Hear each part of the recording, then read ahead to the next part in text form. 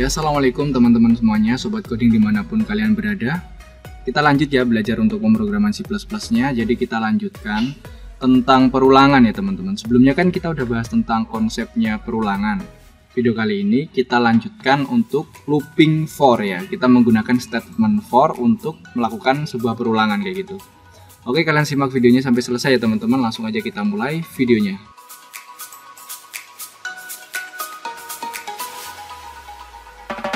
Kita siapkan dulu ya teman-teman untuk ekosistemnya dari pemrograman C++ kita di Dev C++ ekosistem katanya. Ya, kita gunakan header ya.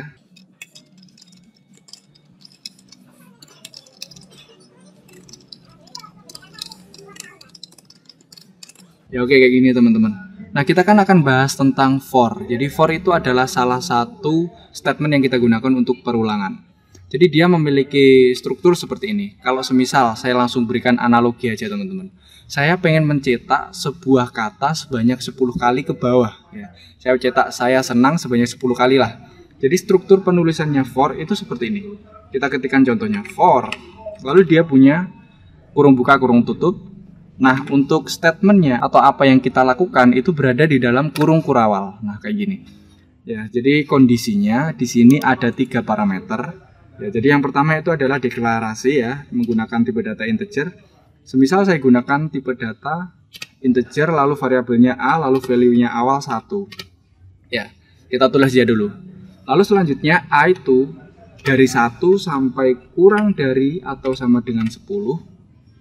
Kayak gini. Terus yang terjadi antara 1 sampai 10, si variabel A ini akan diapakan? Dia akan diinkremenkan. Sehingga yang mula-mula variabel A itu value-nya 1, ya dia diinkremenkan setiap perulangannya sehingga dia akan mencapai angka 10 kayak gitu ya variabel A-nya. Jadi di sini di A++ atau increment. Ingat ya increment yang udah kita pelajari, increment, decrement, post, pre ya kayak gitu. Nah, baru ini di dalamnya, di dalam kurung kurawal, kita ketikkan apa yang akan kita ulang. Ya, semisal saya pengen mengulang cout, saya coutkan kata-kata yaitu saya senang. Ya, saya senang kayak gini. Mudah-mudahan benar-benar senang ya kalian teman-teman. Lalu kita end line, oke. Ya kayak gini. Jadi ini intinya kayak gini. For itu punya 3 parameter. Jadi di dalam kurung ini, di dalam kurung buka kurung tutup ini adalah parameter. Nah, setiap parameter itu dipisahkan, asik dipisahkan oleh titik koma kayak gitu ya. Lalu dia punya 3 kan di sini, awal sampai berapa dan dia diapakan. Jadi selama A ini diinkremenkan dan dia masih kurang dari atau sama dengan 10, dia akan dilakukan perulangan terus. Sehingga kondisinya A1, terus dia ditambahkan menggunakan increment ini menjadi 2, 3, sampai dia menjadi 10, dia akan mencetak yang namanya saya senang. Ya, kayak gitu ya. Kita save dulu ini untuk scriptnya. Saya kasih nama ulang for kayak gitu ya. Saya kasih nama ulang for. Ya, kalau sudah kita compile and run ya. Kita compile and run gimana ini hasilnya? Nah, ya dia akan mencetak teman-teman. Saya senang sebanyak berapa ini? 1, 2, 3, 4, 5, 6, 7, 8, 9, 10. Bener ya? Jadi dia akan mencetak antara 1 sampai 10. Jadi 10, jumlahnya 10 tulisan saya senang. Karena yang kita cetak adalah saya senang di dalam perulangan for yaitu antara 1 sampai 10. Gitu ya. Oke. Itu untuk konsep awalnya teman-teman. Nah sekarang, jadi variabel A ini dia adalah variabel yang sudah memiliki value teman-teman. Ya, jadi kita sebenarnya bisa mencetak angka yang sudah kita lakukan looping dan sudah kita incrementkan itu di dalam for. Contohnya, saya senang di sini akan saya cetak saya senang 1 atau gini 1 saya senang 2 saya senang kayak gitu ya. Kita cetak. Jadi apa yang kita cetak di dalam for? Karena integer A ini kita deklarasikan di dalam parameter for, jadi kita juga bisa memanggilnya di dalam for teman-teman. Jadi kayak gini, A, ya kayak gini, A lalu kita berikan kurung siku, lalu kita berikan titik di sebelumnya saya senang, lalu kita berikan spasi, kayak gini. Ya, kalau sudah kita save, coba kita compile and run, ya kayak gini. Ya, dia akan mencetak teman-teman. Jadi value dari A itu akan dicetak sesuai dengan yang kita inginkan. Ya, karena di sini kan kita mencetak A Ya, A itu berapa sampai berapa kayak gitu. Di sini jelas. Mulai dari si value-nya A itu dari 1 sampai 10. Dia mencetak saya senang kayak gitu. Ya, kayak gitu ya teman-teman. Paham? Oke, siap. Saya anggap kalian paham. Ya, kita lanjut. Nah, terus kemarin juga sempat ada yang tanya, ini gimana caranya sih kalau semisal ini kan A-nya atau parameternya kita tentukan nih.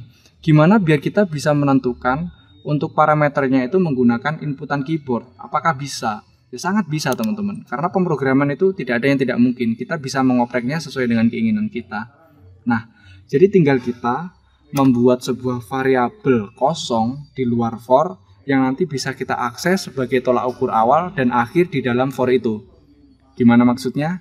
Ikuti ya. Jadi saya buat variabel integer untuk nilai awal. Ya, integer awal dia adalah variabel kosong bertipe data integer ya, kayak gitu ya. Terus saya berikan variabel baru yaitu dengan nama akhir ya. Maksudnya apa? Nanti awal ini adalah awal dari increment kita. Jadi mulai berapa, akhir dari increment kita, akhirnya berapa kayak gitu ya. Ya, kita coba. Kita berikan inputan di bawahnya sini sebelum for ya. Kita cout. Ya, kita berikan prakata seperti ini. Mulai berapa? Ya. Kita suruh nih nginputkan si user. Ya, kamu pengen mencetak angka berapa sampai berapa kayak gitu ya. Baru di sininya kita berikan cin terhadap variabel apa? Ya, terhadap variabel awal karena dia akan memulai ya. Kayak gitu. Ya, kalau sudah baru kita coutkan di bawahnya untuk sampai berapa ya. Kalau kita mulai berapa, otomatis kita harus punya variabel sampai berapa. Ya, kalau mulai harus dia sampai kayak gitu. Kalau mulai nggak sampai-sampai ya udah kita selesaikan biar dia cepat sampai kayak gitu.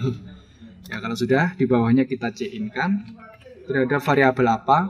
Variabel akhir karena kita sudah punya awal, kita akhiri di sini. Oke. Ya, sekarang variabel kita yang di sini kita punya integer awal dan akhir yang awalnya tipe datanya integer kan, awalnya dia value-nya tidak ada. Sekarang kita sudah menginputkan dengan menggunakan keyboard nih teman-teman. Nah, tugas kita sekarang value yang sudah ada di dalam variabel ini mau kita apakan? Ya, jadi langsung aja kita masukkan ke dalam for kayak gitu ya. Caranya gimana? Jadi di sini kita sudah punya integer a. Di sini nilainya kan kita tentukan kan di dalam. Kita nggak usah tentukan teman-teman. Kita sesuaikan dengan inputan keyboard kita. Jadi A awalnya adalah variabel A awal, mantap. Dan A itu sampai berapa? Sampai variabel A akhir kayak gitu. Nah, sampai di sini A-nya di plus sampai dia tidak melewati batas akhir kayak gitu. Ya, jadi di sini tetap dicetak A-nya. Ya. Langsung kita save, kita compile and run ya, coba kita cek hasilnya. Kalau tadi kan kita 1 sampai sekian, sekarang kita bisa menentukan berapa sampai berapa kayak gitu. Semisal 6 sampai 9 kayak gitu ya. Jadi di sini akan mencetak 6, 7, 8, 9 ya. Paham ya teman-teman? Ya. Kita cek sekali lagi, kita compile and run biar angka yang agak keren lah, biar nggak dikatain kalau ternyata perulangan itu bisa cuma bilangan sedikit. Enggak, dia bisa angka semisal 1000 ya sampai 2000 ya, kita cetak terus ya, dia akan mencetak antara 1000 sampai 2000 angkanya kayak gitu ya. Mantap ya teman-teman.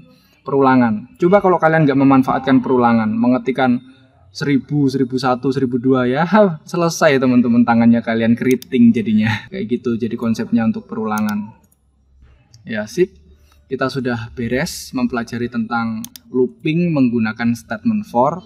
Mungkin ini awal kita untuk for yang sudah kita pelajari. Nanti bisa kita kembangkan dengan studi kasus yang akan kita bahas di video selanjutnya. Ya, mungkin itu teman-teman untuk pembahasan kita tentang perulangan menggunakan for. Tetap semangat dalam belajar pemrograman C++. Kalau ada pertanyaan bisa kalian cantumkan di kolom komentar, kita nanti akan diskusikan bareng-bareng di sana. Kalau kita bisa, kalau saya bisa saya jawab, kalau saya tidak bisa kita diskusikan bersama-sama di sana. Oke, semoga bermanfaat. Saya akhiri, wassalamualaikum warahmatullahi wabarakatuh.